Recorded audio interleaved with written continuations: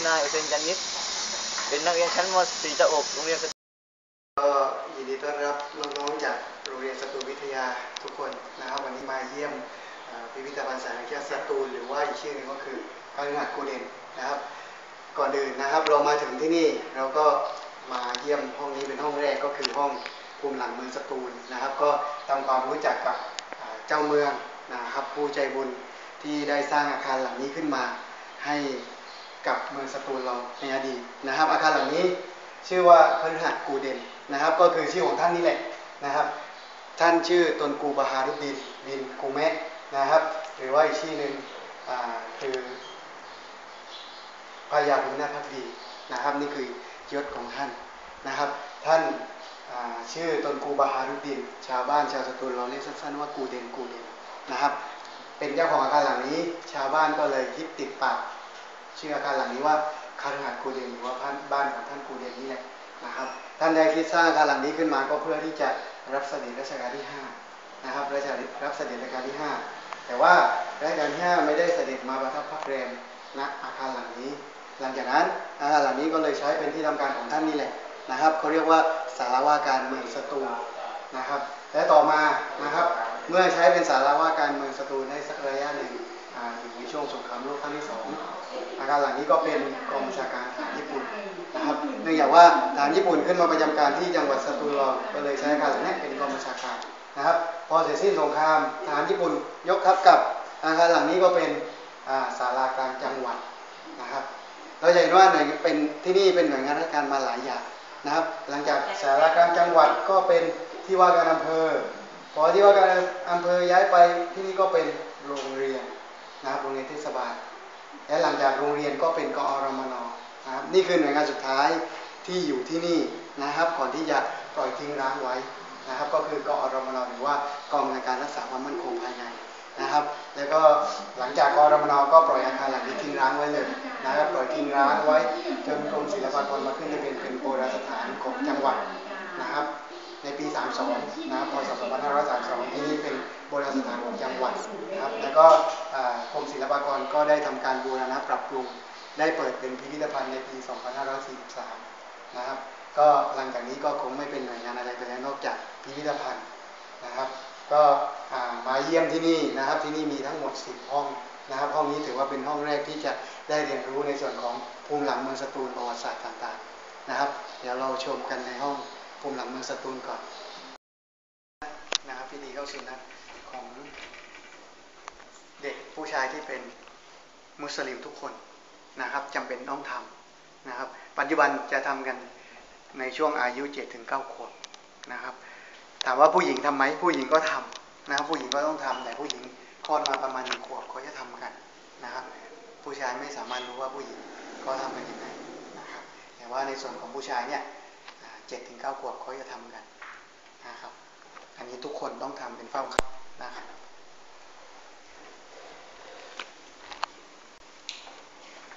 อันนี้นะครับนี่เป็นโรงเรียนปอนเนาะเป็นวัฒนธรรมมุสลิมอันนี้คือนิทรรศการโรงเรียนปอนเนาะนะครับปอนเนาะในอดีตเนี่ยเป็นที่สถานเป็นโรงเรียนนะครับเป็นโรงเรียนที่สอนในส่วนของศาสนาอิสลามล้วนๆนะครับเราไปเรียนกันที่บ้านโต๊ะครูนะครับเรียนไปที่บ้านโต๊ะครูคำว่าปอนเนาะก็เพี้ยนมาจากคำว่าปนดกก็แปลว่ากระท่อมนะครับแปลว่ากระท่อมนี่คือกระท่อมที่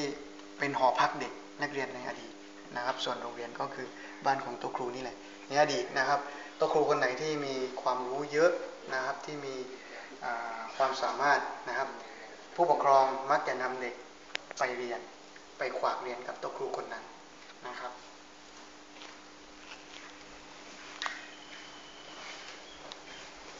ส่วนนิทรรศการนี้เป็นนิทรรศการของมัสยิดมัมบังนะครับมัสยิดมัมบังภาพที่เราได้เห็นเนี่ยเป็นมัสยิดมัมบังหลังใหม่นะครับที่สร้างเสร็จในปี2522นะครับสร้างส่วนมัสยิดหลังเก่าเนี่ยชื่อว่ามัสยิดอากีบีนะครับที่สร้างขึ้นตั้งแต่พศ2390นะครับตั้งแต่พศ2390ก็เนื่องจากว่า เก่ามากนะครับเป็นอาคารชั้นเดียวสุดโทรมนะครับก็รื้อทิ้งแล้วก็สร้างอาคารหลังนี้ขึ้นมานะครับอาคารหลังนี้สร้างเสร็จในปี 2522 ในหลวงเสด็จมาเป็นองค์ประธานในพิธีเปิดมัสยิดหลังนี้นะครับสุดท้ายแล้วส่วนวัฒนธรรมมุสลิมสุดท้ายที่สำคัญที่สุดด้วยนะครับนี่คือ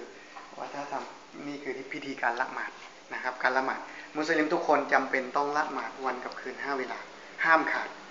นะครับทั้งผู้หญิงและผู้ชายนะครับยกเว้นได้ผู้หญิงกรณีมีประจำเดือนนะครับยกเว้นได้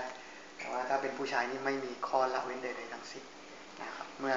อายุบรรลุนิติภาวะเรียบร้อยแล้วก็จำเป็นต้องทำพิธีละหมาด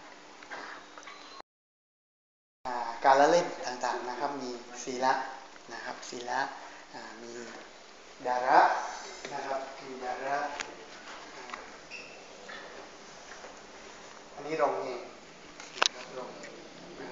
นี่คือว่าเป็นการละเล่นแทนมาลายูนะครับทางภาคใต้ของไทยแล้วก็แทนมาลายูนะครับส่วนดาระนะครับดาระเนี่ยถือว่าเป็นของจังหวัดสตูลนะครับแต่ว่าจังหวัดสตูลไม่ได้คิดค้นขึ้นมาเองนะครับจังหวัดสตูลได้รับวัฒนธรรมมาจากทางซาอุดิอาระเบียนะครับ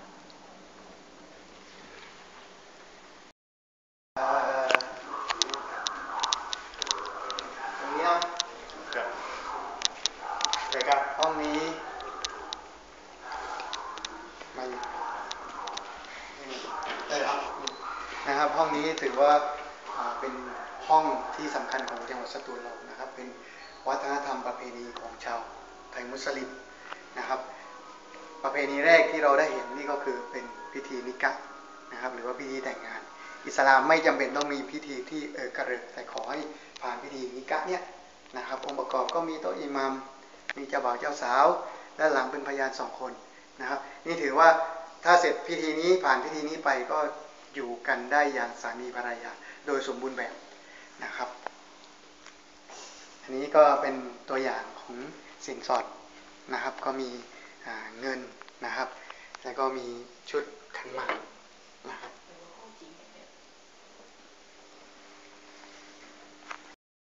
ชาวบ้านสตูลนะครับจำลองให้รู้ว่าบ้านเรือนของชาวสตูลในอดีตเป็นอย่างไรนะครับตรงนี้นะครับเป็นอุปกรณ์ที่มีอยู่คู่บ้านในอดีตนะครับมีหินบดนะครับเอาไว้บดเครื่องแกงนะครับมีโม่หินอันนี้เอาไว้โม่ข้าวสารเพื่อทำเป็นแป้งนะครับมีโขกตำนะครับมีตาช่างอันนี้เป็นกรอบนะครับไว้แขวนคอวัวนะครับแล้วก็มีเครื่องมือใส่ปลาเครื่องมือจับปลานะครับเอาไว้ร่อนข้าวเปลือกมาดูห้องนอนของบ้านนะครับวิถีชีวิตที่เป็นอยู่อย่างเรียบง่ายของคนในอดีตนะครับบ้านเรือนที่มีลักษณะแบบเรียบง่ายนะครับห้องนอนก็นอนแบบปูพื้นนอนธรรมดานะครับขุมนะครับเดี๋ยวเรามาดูห้องครัวของบ้านนั่นมีไปกันไหนอ่ะนั่นมีไปกันนี่สิ้นนะครับนี่คือครัวของบ้านหลังนี้นะครับอุปกรณ์ในครัวก็ไม่ได้ทันสมัยเหมือนปัจจุบันนะครับไม่มีเตาแก๊สไม่มีตู้เย็นนะครับเราหุงก่ออาหารอยู่ตรงนี้แหละเขาจะเรียกว่าตีไฟถ้าเป็นคนในอดีตนะครับตรงนี้เรียกว่าตีไฟส่วนที่วางจานด้านบนนะครับเรียกว่าผลานะครับผลาเนี่ยมีลักษณะ2 แบบที่เราได้เห็นเนี่ยคือยื่นออกไปด้านนอกนะครับเป็นที่วางจานที่ยื่นออกไปด้านนอกซึ่งด้านหลังเนี่ยนะครับซึ่งด้านหลังตรงนี้จะเป็นพื้นดินตรงนี้เขาจะปลูกข่าปลูกตะไคร้นะครับเวลาเราล้างจานเสร็จนะครับน้ำที่ติดจานมาเราก็ไม่ต้องรอให้มันแห้งแล้วน้ำที่ติดจานมามันก็จะหยดลงที่พืชผักของเราตรงนี้ถือว่าเป็นการให้น้ำไปในตัวนะครับแล้วก็ผาอีกแบบหนึ่งนะครับผาอีกแบบหนึ่งคือผาที่ยื่นมาด้านในนะครับบางบ้านผาจะยื่นออกมาด้านในแบบนี้ตรงนี้คือตีไฟที่เป็นที่หุงก่ออาหารนะครับเมื่อเวลาเราปรุงอาหารเนี่ยควันที่ได้จากการปรุงอาหารเนี่ยลอยขึ้นบนผานะครับซึ่งบนผาของเราเนี่ยเราจะเก็บอาหารที่เราเหลือจากมื้อที่แล้ว นะครับเราจะเก็บเครื่องปรุงต่างๆเก็บจานชามของเราอยู่บนนี้นะครับควันที่ได้จากการปรุงอาหารนี่แหละเป็นการโปรยขึ้นไปไล่มดไล่แมลงไล่เชื้อโรคภายในตัวนะครับนี่ถือว่าเป็นภูมิปัญญาชาวบ้านนะครับ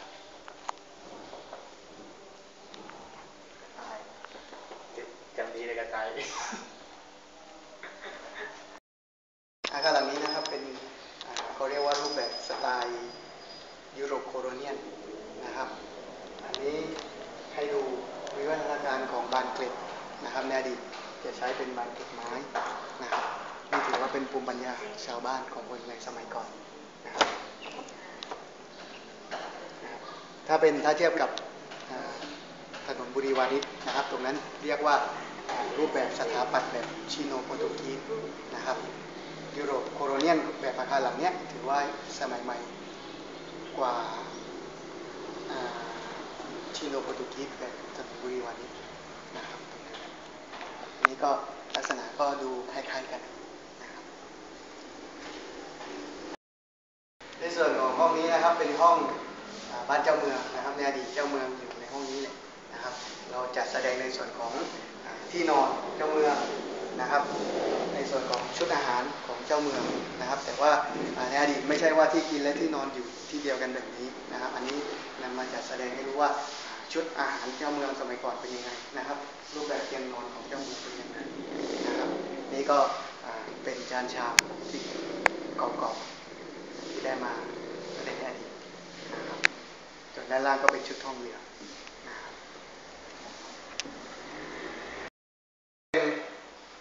วิถีชีวิตชาวเลที่เกาะลีเป๊ะนะครับเกาะลีเป๊ะปัจจุบันนี้เป็นเกาะที่ได้รับความนิยมของนักท่องเที่ยวเป็นอย่างมากนะครับมีรีสอร์ทขึ้นสวยงามเยอะแยะนะครับในทางกลับกันนะครับการดำรงชีวิตแบบโบราณก็ยังมีอยู่ก็คือวิถีชีวิตชาวเลที่เกาะลีเป๊ะนะครับวิถีชีวิตชาวเลเนี่ยเป็นการดำรงชีวิตแบบดั้งเดิมมาตั้งแต่ในอดีตนะครับประเพณีหลักของเขาก็คือประเพณีลอยเรือนะครับประเพณีลอยเรือบูชาพระจันทร์นะครับเขาจะทำขึ้นปีละ2 ครั้งนะครับการทำพิธีเนี้ยจุดประสงค์หลักๆก็คือเป็นการเสี่ยงทายในการดำรงชีวิตนะครับเป็นการลอยสิ่งไม่ดีออกไปนะครับเหมือนพอถึงวันทำพิธีลอยเรือปุ๊บนะครับพอเรือที่ทำพิธีลอยเนี่ยลอยออกไปนอกฝั่งอย่างราบรื่นนะครับอย่างคลื่นไม่ซัดอย่างออกไปอย่างราบเรียบนะครับถือว่าปีนี้ชีวิตการเป็นอยู่ดีขึ้นแน่นอนนะครับการทำหากินไม่ฝืดเคืองนะครับแต่ถ้าเกิดเรือลำเนี้ยที่ทำพิธีลอยออกไปเนี่ยนะครับโดนคลื่นซัดกลับมาหาฝั่งหรือว่าล่มนะครับถือว่าชีวิตการเป็นอยู่ปีนี้มีเหตุพิษภัยนะครับเป็นการทำหากินที่ฝืดเคืองอะไรประมาณนี้นะครับคือมีสิ่งเรื่องร้ายเรื่องราวที่ไม่ดีแน่นอนอะไรประมาณนี้นะครับนี่ถือว่าเป็นการเสี่ยงทายในการดำรงชีวิตของชาวเลนะครับเมื่อเราขึ้นมาชั้นบนนะครับเราได้เจอกับห้องนี้เป็นห้องแรกอันนี้ถือว่าคือห้องรับแขกร่วมสมัยคฤหัสถ์กูเดนนะครับจะมีรูปปั้นของท่านโตกูเดนหรือว่าพญาภูมินาถภักดีอยู่นะครับแล้วก็ตรงนี้เป็นชุดรับแขกในอดีตนะครับสมัยก่อนแขกบ้านแขกเมืองที่มาติดต่อกับเจ้าเมืองก็มานั่งคุยเจรจากันตรงนี้แหละนะครับตรงนี้ก็คือห้องรับแขกสมัยเจ้าเมืองนะครับส่วนด้านหลังตรงนี้จะมีเรือโบราณอยู่นะครับเรือลำนี้เป็นเรือขุดที่ทำจากไม้ตะเคียนนะครับคำว่าเรือขุดก็คือต้นไม้ทั้งต้นขุดเป็นตัวเรือนะครับก็อายุก็เป็น100 ปีแล้วนะครับประกอบอาชีพการประมงนะครับนี่เป็นไซปลานะครับเบ็ดยาวนะครับทางโน้นนะครับนี่ก็เป็นเรียกว่ามะลาดนะครับมะลาดอันนี้จมปูนะครับเอาไว้ดักปูแสดงให้รู้ถึงวิถีชีวิตชาวประมงที่บ้านตำมะลาดนะครับเป็นวิถีชีวิตที่เรียบง่ายนะครับนิยมทำอาชีพประมงนะครับเป็นการอยู่อย่างเรียบง่ายของคนในหมู่บ้านนะครับมีกุ้งไปแล่หอยมีหอยไปแล่ปูนะครับอยู่กันอย่างบ้านพี่เรือนน้องนะครับวัฒนธรรมของผู้คนบนเกาะแห่งนี้นะครับส่วนมากจะเป็นวัฒนธรรมมุสลิมนะครับในอดีต ในปัจจุบันนี้นะครับมีคนต่างศาสนาเข้าไปประกอบอาชีพบ้างนะครับอันนี้ถ้าเกิดเราไปยังท่าเรือตำมะลังนะครับที่จะลงเรือไปลังกาวีหรือว่าไปเกาะต่างๆนะครับฝั่งตรงข้ามกับท่าเรือนี่แหละจะเป็นหมู่บ้านตำมะลังนี้นะครับคำว่าตำมะลังตำมะก็แปลว่าผูกนะครับคำว่าตำมะแปลว่าผูกแล้วก็ลังก็คือนกอินทรีนะครับถ้าเรียกเต็มๆก็คือบูรงลังหรือว่านกอินทรีนี่แหละนะครับคำว่าผูกนกอินทรีก็เนื่องจากว่าในอดีตนะครับหมู่บ้านแห่งนี้มีบ้านเยอะมากหลายหลังที่นำนกอินทรีมาผูกไว้หน้าบ้านมีการเลี้ยงนกอินทรีนะครับปัจจุบันในหมู่บ้านนี้ก็ยังมีนกอินทรีเยอะอยู่นะครับอันนี้เป็นการปั้นหม้อที่บ้านยาซื่อนะครับเป็นวิถีชีวิตที่ปัจจุบันไม่มีแล้วนะครับการปั้นหม้อที่บ้านยาซื่อเนี่ยเอกลักษณ์ของเขาก็คือใช้ดินกรวดมาทำเป็น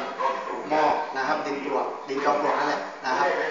มาขึ้นรูปเป็นตัวหม้อนะครับเป็นงานแฮนด์เมดโดยไม่มีเครื่องทุ่นแรงเหมือนมอเตอร์ใดๆทั้งสิ้นนะครับเมื่อนำดินมาเอาดินมาผสมคลุก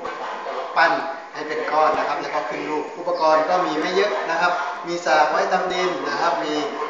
ลูกลับนะครับมีไม้ตีลายนะครับแล้วก็มีเตาเผานะครับมีเปลนะครับเปลเนี่ยไม่ใช่ว่าเป็นเปลที่ไว้เลี้ยงลูกเลี้ยงหลานนะครับเปลเนี่ยเมื่อเราขึ้นลูกหม้อเสร็จเรียบร้อยแล้วนะครับนำหม้อที่ยังไม่แข็งตัวเนี่ยไปใส่ไว้ในเปลนะครับถ้าเกิดว่าเรานำหม้อเนี่ยมาวางไว้บนพื้นราบเนี่ยมันจะเสียรูปทรงได้นะครับก็เลยต้องเอามาใส่ในเปลเนี่ยให้ตัวได้ตามตัวหม้อเลยมันจะทำให้หม้อเสียรูปทรงได้นะครับอันนี้เป็นภาพของจริงที่เขาบริจาคมาให้นะครับนี่เป็นอุปกรณ์ลูกลับนะครับไม้ตีลายนะครับนี่เป็นเรียกว่ากระออมนะครับในอดีตนะครับบ้านเมืองเราตู้เย็นนี่หายาก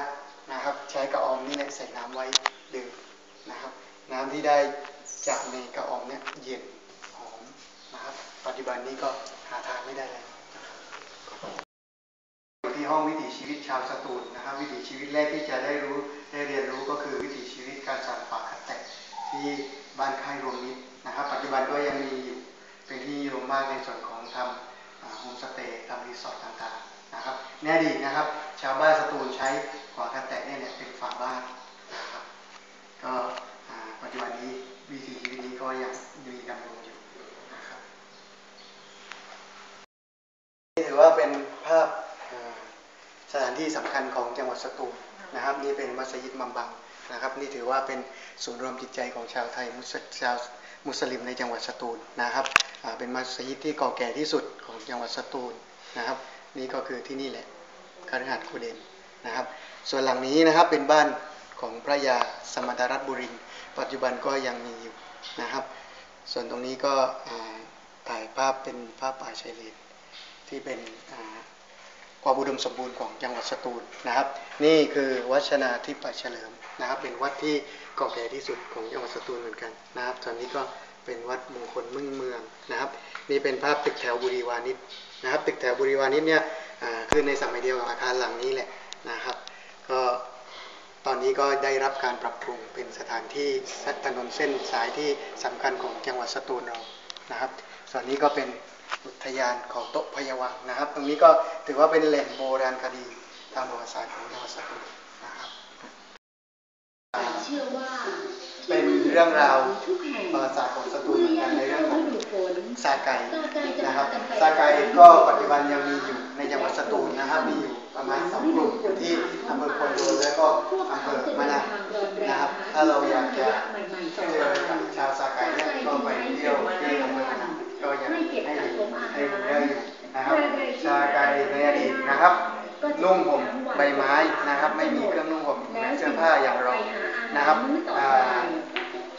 ที่อยู่ของเขานะครับจะเรียกว่าทัพนะครับที่อยู่เขาจะเรียกว่าทัพการดำรงชีวิตของเขาก็ยังอยู่ในป่าเหมือนเดิมนะครับหาของป่ามาเป็นอาหารล่าสัตว์มาเป็นอาหาร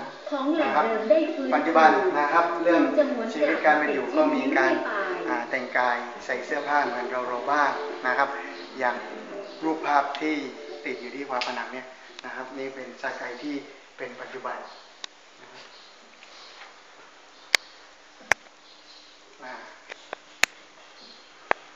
การประกอบอา อาชีพการทำมาหากินของเขาก็คือเน้นในส่วนของหาของป่าและก็ล่าสัตว์นะครับนี่เป็นอุปกรณ์ในการล่าสัตว์ของชาวซาไกนะครับเรียกว่ากระบอกตุกหรือว่าบอลลองนะครับอันนี้เอาไว้เป่าลูกดอกนะครับลูกดอกนี่ไม่ใช่ลูกดอกธรรมดาเป็นลูกดอกที่อาบยาพิษนะครับนั่นคืออุปกรณ์ในการเคี่ยวยาพิษของชาวซาไกที่ไว้กับชุบหัวลูกดอกนะครับเขาเรียกว่ากระทงนะครับหรือว่ากระทงเนี้ยทำจากใบชิงนะครับเอาไว้เคี่ยวยาพิษนะครับยาพิษที่เรียกว่ายางน่องนะครับที่เรียกว่ายางน่องยางน่องก็คือเป็นยางไม้ชนิดหนึ่งนะครับเป็นยางไม้ชนิดหนึ่งเมื่อเคี่ยวละลายไปชุบหัวลูกดอกนั้นพอเรายิงเข้าตัวสัตว์เนี่ยมันจะทำให้สัตว์เป็นอัมพาตแล้วก็ทำให้สามารถที่จะวิ่งได้ก็นำสัตว์นั้นมาเป็นอาหารนะครับเป็นไฟนิดมั้งนะเสียงน้ำมากเลยนะครับในส่วนของพ่อภูมิหลังเมืองสตูลนะครับนิทรรศการแรกที่จะให้ได้ดูก็คือนิทรรศการเกาะตะลุเตานะครับก่อนในตะลุเตาเนี่ยในอดีตก็ถือว่าเป็นคุกไว้กับขังนักโทษนะครับประมาณในช่วงสงครามโลกครั้งที่2ประมาณนี้แหละนะครับน้องๆก็คงได้ยินชื่อได้ยินเรื่องราวเรื่องเล่าเกี่ยวกับเกาะตะลุเตาที่เป็นคุกนะครับไม่ว่า